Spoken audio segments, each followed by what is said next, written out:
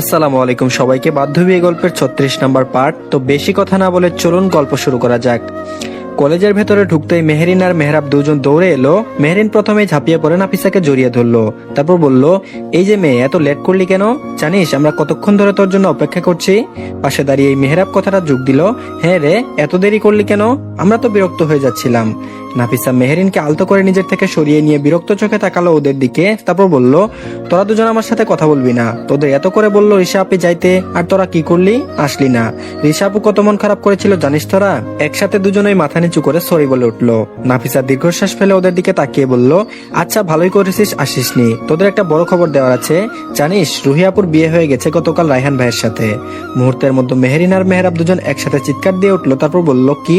নাফিসা দু হাতে নিজের কান চেপে ধরলো ওদের চিৎকার শুনে, তারপর শান্ত গলায় উত্তর দিল, হ্যাঁ সত্যি, বিয়েটা হয়ে গেছে।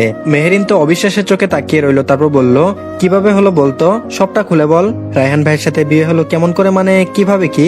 আমার তো কিছুই মাথায় ঢুকছে না। মেহরাব অধীর হয়ে উঠলো, তারপর বলল, আর ওই রিয়াদ, ওর ভাইয়ের সাথে তো বাগদান ঠিক ছিল, ভাঙলো কিভাবে? কিভাবে কি হলো বল, কিছুই তো মাথায় ঢুকছে না আমারও। রিয়াদের নাম উচ্চারণ হতে নাফিসার মুখ ফ্যাকাশে হয়ে গেল, চোখে মুখে ভীষণ অস্বস্তির ছাপ। মেহেরিন ওর পরিবর্তনটা বুঝে নরম গলায় বলল, কি হলো রে, তোর মুখটা এমন হলো কেন?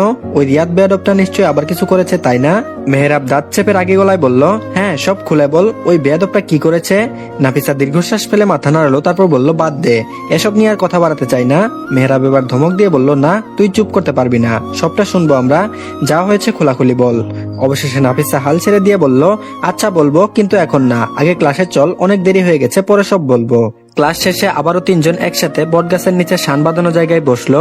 এখানেই সাধারণত তাদের আড্ডা জমে। নাফিসা ধীরে ধীরে সব ঘটনা খুলে বলল, রুহিয়াপুর বিয়ের কথা, রিয়াদের বাজে আচরণ, আর তার জন্য কত কিছুর মুখোমুখি হতে হয়েছে সবকিছু। সবটা শোনার পর মেহেরিন আর মেহরাব যেন রাগে ফেটে পড়লো, চোখ লাল হয়ে গেছে দুজনেরই। মনে হচ্ছে যদি রিয়াদ এখন সামনে থাকতো তবে কাছাচি বিয়ে খেত দুজন মিলে। ওদের এভাবে উত্তেজিত হতে দেখে নাফিসা হঠাৎ হাসতে শুরু করলো। নিজের মন খারাপের মধ্যে ওদের রাগী চেহারা দেখে না হেসে থাকতে পারলো না। ক্লাস শেষে কলেজ ফাঁকা হতে শুরু করলো। মেহরাব আর মেহেরিনের গাড়ি এসে দাঁড়ালো গেটে। নাফিসাকে একা দাঁড়িয়ে থাকতে দেখে মেহরাব অবাক হয়ে বলল, এভাবে দাঁড়িয়েছিস কেন? ড্রাইভার কাকা আসেনি নাকি তোকে নিতে? মেহেরিন দ্রুত গলায় বলল, চল না, আমরা ড্রপ করে দিচ্ছি। নাফিসা একটু অস্বস্তি নিয়ে হেসে বলল, না না দরকার নেই, মতিন কাকা আসবে কিছুক্ষণ পরেই, আমাকে আগে থেকেই বলে গেছে আজ একটু লেট হবে। ওদের কাছে গোপন করে গেল যে আসলে সাইমন ওকে নিতে আসবে, কারণ মেহরাব আর মেহেরিন যদিও ওর বেস্ট ফ্রেন্ড, তবুও সাইমনের ব্যাপারে ও এখনো কাউকে কিছু বলেনি। বলবেই বা কিভাবে? যে মানুষটা এখনো তাকে নিজের বউ হিসেবে স্বীকার করেনি, ভালোবাসে কিনা সেও বোঝা যায় না, শুধু দায়বদ্ধতা থেকে তাকে বাড়িতে জায়গা দিয়েছে, পড়াশোনার সুযোগ করে দিয়েছে, তার সম্পর্কে কি বলবো ওদের? সব ভাবনা গোপন রেখে নাফিসা হাসি মুখে ওদের বিদায় জানালো। মেহেরিন আর মেহরাব একে একে গাড়িতে উঠে চলে গেল। নাফিসা অপেক্ষা করতে থাকলো সাইমনের জন্য। অনেকক্ষণ ধরে কলেজ গেটে দাঁড়িয়ে আছে, চারপাশ ফাঁকা হয়ে গেছে। মেহরাব আর মেহেরিনও অনেকক্ষণ আগে চলে গেছে, সব ছাত্রছাত্রীরাও যার যার পথে চলে গেছে, একমাত্র সেই এখানে দাঁড়িয়ে আছে। আর ভেতরে ভেতরে বেজায় বিরক্ত হচ্ছে সাইমনের উপর। মনে মনে বলতে লাগলো, এতক্ষণ দাঁড়িয়ে আছি, লোকটার কোনো নামগন্ধ নেই, নিতে আসবে বলে গেল অথচ আসছে না।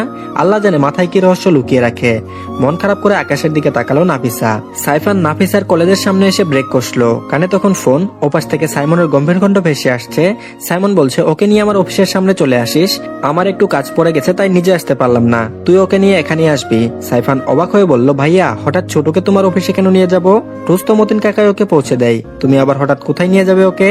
সাইমন বলল, তোকে এত প্রশ্ন করতে বলিনি, আমি আম্মুকে বলে দিয়েছি আজ পিচ্চি পুতুল বাসায় ফিরবে না, ওকে নিয়ে গ্রামে যাবো ওদের। ও আচ্ছা বলার পর সাইফান আবার বলে উঠলো, আচ্ছা ভাইয়া তুমি ছোটকে পিচ্চি পুতুল বলো কেন? কথা শেষ করার আগে সাইফান হঠাৎ কেমন যেন ঝড়ে আক্রান্ত হলো, চোখ বড় বড় করে চিৎকার করে উঠলো, তারপর বলল, এই দাঁড়া, বলছি কোথায় নিয়ে যাচ্ছিস ছোটকে, কোথায় নিয়ে যাচ্ছিস? ওপাশ থেকে সাইমন প্রথমে থমকে গেল, কয়েক সেকেন্ড নীরবতা, তারপর রাগে কণ্ঠ ফেটে বেরোলো, তারপর বলল, সাইফান কি হয়েছে, চিৎকার দিচ্ছিস কেন? স্পষ্ট করে বল কি হয়েছে। সাইফানের চিৎকার শোনা যাচ্ছে শুধু। কোনো উত্তর না পেয়ে ফোনের ওপাশ থেকে সাইমনের গলা আরেকটু ভারী, আরো উত্তেজিত হয়ে উঠেছে। সাইমন বলছে, কি হয়েছে বলবি তো? Damn it. সাইফানের রাগ, অন্যদিকে আতঙ্ক কণ্ঠস্বর নিয়ে চিৎকার শোনা যাচ্ছে শুধু। সাইফান বলছে, এই দাঁড়া, কোথায় নিয়ে যাচ্ছে ছোটকে? তখন নাফিসা দাঁড়িয়ে কলেজ গেটের পাশে একা একা অপেক্ষা করছে। চারপাশে প্রায় ফাঁকা, শুধু দু একটা দোকানপাট তখনও খোলা। ও ভাবছে এই লোকটা আসবে কি আসবে না, 1 ঘন্টা হলো দাঁড়িয়ে আছি। হঠাৎ সামনে এসে ব্রেক কষলো একটা কালো গাড়ি। শব্দে চমকে মাথা ঘুরিয়ে তাকালো নাফিসা। প্রথম মুহূর্তে মনে হলো সাইমন। গাড়ির রঙও তো কালো, কিন্তু চোখ কুচকে ভালো করে দেখতেই যেন সন্দেহ জাগলো, না এটা সাইমনের গাড়ি না। এরপর এই সেকেন্ডের ভেতর একে একে বের হলো 3-4 জন লোক, সবার মুখ ঢাকা, কালো মাস্কে, মাথা থেকে পা পর্যন্ত কালো পোশাক, কারো চোখ ঠিক মতো বোঝা যাচ্ছে না। নাফিসা কিছু বুঝে ওঠার আগেই তাদের একজন ওর সামনে এসে দাঁড়ালো। নাফিসা বলল, আপনারা কে, কি চান? বাকিটা বলার আগে হঠাৎ লোকটা পকেট থেকে ছোট্ট একটা কাপড় বের করে ওর নাকের কাছে চেপে ধরলো। মাত্র কয়েক সেকেন্ডের মধ্যে নাফিসার শরীর ঢিলে হয়ে গেল, চোখ বুজে দুলে উঠলো মাথা। আল্লাহ ফিসফিস করে বলতেই ধপ করে অজ্ঞান হয়ে পড়লো। তখন ওই বাকিরা মিলে নাফিসার হাত পা ধরে দ্রুত গাড়ির দিকে টেনে নিতে লাগলো। ঠিক সেই সময় কলেজ গেটের সামনে এসে থামলো সাইফানের গাড়ি। কেন তখন ফোন, ওপাশে সাইমনের গলা গম গম করছে। সাইফান গাড়ি থেকে নামতেই চোখে পড়লো কজন লোক টেনে হিসড়ে নাফিসাকে কালো গাড়িতে তুলছে। সেজন্য সে চিল্লাতে থাকে, এই দাঁড়া। চিৎকার করে দৌড় দিল সাইফান। বুকের ভেতর কেমন হাহাকার করে উঠলো, চোখ লাল হয়ে গেল মুহূর্তেই। কিন্তু সাইফান দৌড়ে পৌঁছানোর আগেই গাড়ির দরজা ধপাস করে বন্ধ হলো। চালক এক ধাক্কায় অ্যাক্সিলারেটর চাপতেই গাড়ি ঝড়ের মতো ছুটতে শুরু করলো। সাইফান ছুটে গিয়ে রাস্তার মাঝখানে দাঁড়িয়ে হাঁপাতে লাগলো। তার চোখের সামনে নাফিসাকে ছিনিয়ে নিয়ে গেল ওরা। এদিকে ফোনের ওপাশে সাইমন ক্রমাগত চিৎকার করছে। সাইমন বলছে, কি হয়েছে বলবি তো ইডিয়েট, এভাবে চিল্লাচ্ছিস কেন, পিচ্চি পুতুলের কি হলো? সাইফান হাঁপাতে হাঁপাতে কোন রকমের ফোনটা কানে ধরলো। গলা কেঁপে যাচ্ছে, আতঙ্কে বুক ফেটে যাচ্ছে যেন। তারপর বলল, ভাইয়া ছোটুকে। সাইফান বলল, কি ছোট ছোট করছিস, স্পষ্ট করে বল না, পিচ্চি পুতুল ঠিক আছে তো? সাইমনের কণ্ঠে ফেটে বেরোলো উত্তেজনায়। সাইফান এবার চিৎকার করে বলে উঠলো, ভাই একটা কালো গাড়ি থেকে কয়জন লোক নেমে ছোটুকে তুলে নিয়ে গেল। ওই কথাটা শোনার সঙ্গে সঙ্গে যেন বজ্রাঘাত হলো সাইমনের মাথায়। অফিস রুমের ভেতর দাঁড়িয়ে জমে গেল, হাত পা ঠান্ডা হয়ে গেল এক মুহূর্তে। তারপরে রক্তচক্ষু নিয়ে চিৎকার করে উঠলো। তারপর বলল, কি বললি তুই, আমার পিচ্চি পুতুলকে নিয়ে গেছে? চোখ মুখ মুহূর্তেই লাল হয়ে উঠলো। টেবিলের উপর থাকা ফাইল আছড়ে ফেললো মেঝেতে। শ্বাস ভারী হয়ে যাচ্ছে, বুক ধকপক করছে রাগে। সাইমনের কানে ছোটুকে নিয়ে যাচ্ছে কথাটা বাড়ি খাচ্ছে। ওর ভেতর যেন আগুন জ্বলে গেল মনে হয়। চোখ মুখ লাল হয়ে উঠলো এক নিমিষে, বুকের ভেতর দম আটকে আসছে। চেয়ারে ধাক্কা মেরে উঠে দাঁড়ালো। অফিসের ভেতর কর্মচারীরা ভয় পেয়ে সরে গেল। সাইমনের মুখটা তখন একেবারে ভয়ঙ্কর, চোখ দুটো লাল জ্বলে উঠছে যেন। তারপর বলল, কে সাহস করেছে আমার পিচ্চি পুতুলকে নিয়ে যেতে? ওকে কে নিয়ে যাচ্ছে বল সাইফান, নাম বল, এখনই বল। কথার শেষে ফাইল উপরে রাখা কাঁচের গ্লাস ছুঁড়ে ফেললো দেয়ালে, টুকরো টুকরো হয়ে ভেঙে গেল। তারপর বলল, ওর গায়ে যদি কারো একটা আঙ্গুলের ছোঁয়াও লাগে আমি শপথ করে বলছি তাকে পুঁতে ফেলবো। অফিসের সবাই ভয়ে দূরে দাঁড়িয়ে পড়লো। সাইমন আবারও বলল, সাইফান আমার কথা মন দিয়ে শুন, এখনই গাড়িতে উঠ, ওই কালো গাড়িটাকে ফলো কর, থামাস না আর হারাস না, আমি আসছি এখনই। শেষ কথাটা বজ্রের মতো গর্জে উঠলো। সাইমন আর দেরি করলো না, ফোন কেটে দিয়ে গাড়ির চাবি হাতে তুলে নিল। এক ঝটকায় চেয়ার উল্টে দরজার দিকে দৌড় দিল। চোখে আগুন, ঠোঁটে একটাই শপথ, তার বুকের ভেতর ঝড় বইছে। চোখে শুধু নাফিসার মুখ ভেসে উঠছে। ওর পিছন পিছন রাজীব গিয়ে বসলো গাড়িতে। সাইমন গাড়ি স্টার্ট দিল, স্পিডে চলতে থাকলো। ফোনটা আবারও বের করে সাইফানকে কল দিয়ে ফোনটা স্পিকারে রেখে দিল। আর সাইফানের লোকেশন অনুযায়ী সে গাড়ি নিয়ে যেতে লাগলো। অনেক আগেই বিকেল পেরিয়ে গেছে, সন্ধ্যা নেমে গেছে চারিদিকে। টানা 3 ঘন্টা ধরে সাইফান কালো গাড়িটাকে ফলো করছে। গাড়ির ভেতর বুক ধুকপুক করছে, ঘাম ভিজিয়ে দিচ্ছে শার্ট। আর সেই গাড়ির লোকেশন ধরে পিছনে ছুটছে সাইমনের গাড়ির সাথে রাজীবও। অবশেষে শহরের ভিড় ছেড়ে অনেকটা দূরে নির্জন জনমানব শূন্য এক পুরা বাড়ির সামনে এসে থামলো কালো গাড়িটা। অন্ধকার চারপাশ কেবল ঝিরঝির ডাক আর ভুতুরে নীরবতা। সাইফান কিছুটা দূরে দাঁড় করালো নিজের গাড়ি। বুকের ভেতর আগুন জ্বলছে, তবুও ভেবে দেখলো একা এগোলে উল্টো ফেসে যাবে। এখান থেকে নাফিসাকে একা উদ্ধার করা অসম্ভব। তাতে দাঁত চেপে আড়ালে দাঁড়িয়ে রইলো। চোখের সামনে দেখছে ওই কালো পোশাকের লোকগুলো অজ্ঞান নাফিসাকে টেনে টেনে নামাচ্ছে গাড়ি থেকে। সময় গড়াতে লাগলো, মিনিটগুলো যেন বছর মনে হচ্ছে। প্রায় 40 মিনিট দাঁড়িয়ে থাকার পর দূর থেকে হেডলাইটের আলো ভেসে এলো সাইমনদের গাড়ি। সাইফানের বুক থেকে দীর্ঘশ্বাস বেরোলো। গাড়ি থামতেই সাইমন এক ঝটকায় দরজা খুলে বাইরে বেরিয়ে এলো। হাঁপাতে হাঁপাতে সোজা সাইফানের দিকে দৌড় দিল। পেছনে ছুটে আসছে রাজীবও। সাইমনের মুখের চেহারা দেখে সাইফান মুহূর্তেই থমকে গেল।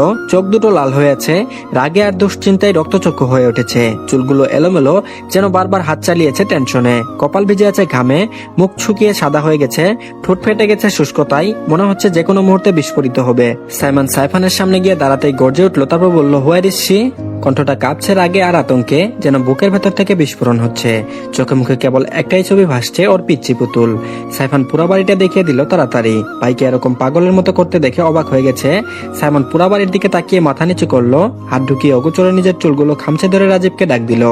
রাজীব তখন দ্রুত সরে এসে দাঁড়ালো। তারপর বলল, জি স্যার। রাজীব বলল, তাড়াতাড়ি সবাইকে রেডি হতে বলো, আমরা এখনই ভিতরে ঢুকবো, কেউ পিছিয়ে পড়বে না, কাউকে ছাড়বো না।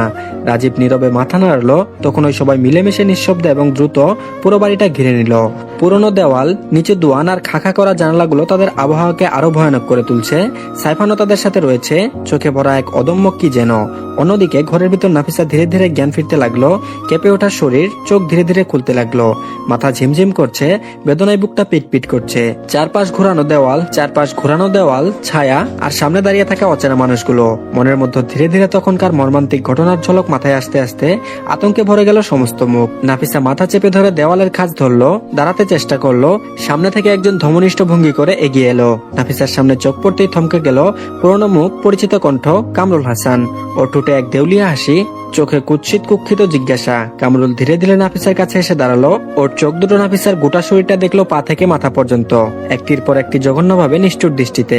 নাফিসার গায়ে কাটা দিয়ে উঠলো, সেই দৃষ্টিতে গা গুলি উঠলো। কামরুলের মুখে হাসি পড়লো, শব্দগুলো বের করলো যেন দীর্ঘদিন ধরে প্রস্তুত করে রাখা কোনো কুৎসিত রসিকতা। সে বলল, আরে সোনামণি, তুমি এখানে? আমি তো ভাবতেও পারিনি জেল থেকে ফিরে সবার আগে তোমার কিডন্যাপের সুপারিশ পাবো। এক ঢিলে তো দুই পাখি মেরে দিলাম নাকি? বলে আবারও কাছে এসে ওর দিকে খানিকটা ঝুঁকে এলো, নিজের দাড়িতে হাত দিয়ে চুলকিয়ে কুৎসিত দৃষ্টিতে। তারপর বলল, আরে তুমি তো পুরাই রসগোল্লা হয়ে গেছো মামনি, তোমাকে এভাবে পাবো ভাবতেই পারিনি। কোথায় ছিলে এতদিন সোনা পাখি? ওই দিন শুয়োরের বাচ্চা যদি না আসতো তাহলে আজ তুমি আমার বউ হতে। তবে সমস্যা নেই, তুমি এখনো কচি আছো, দেখেই বোঝা গেছে আগের থেকেও বেশি মজা পাবো। নাফিসার গা কুচকালো, মুখ ফ্যাকাশে হয়ে গেল, ওর হাত অজন্ম কাঁপছে, গলা আটকে রইলো। কামরুলের সেই জঘন্য তাক তাকে ক্ষতবিক্ষত করছে। লজ্জা আর ভয়ের মিশ্র অনুভূতি ওর বুক জুড়ে ছড়িয়ে পড়লো। কাছেই থাকা অন্যরা হাসাহাসি করতে লাগলো। তো ধন্যবাদ সবাইকে। আজকের পার্টটি এই পর্যন্তই, পরবর্তী পার্টটিও দিয়ে দেওয়া হয়েছে, সবাই কমেন্ট বক্সে লিংক পেয়ে যাবেন, দেখে নেবেন।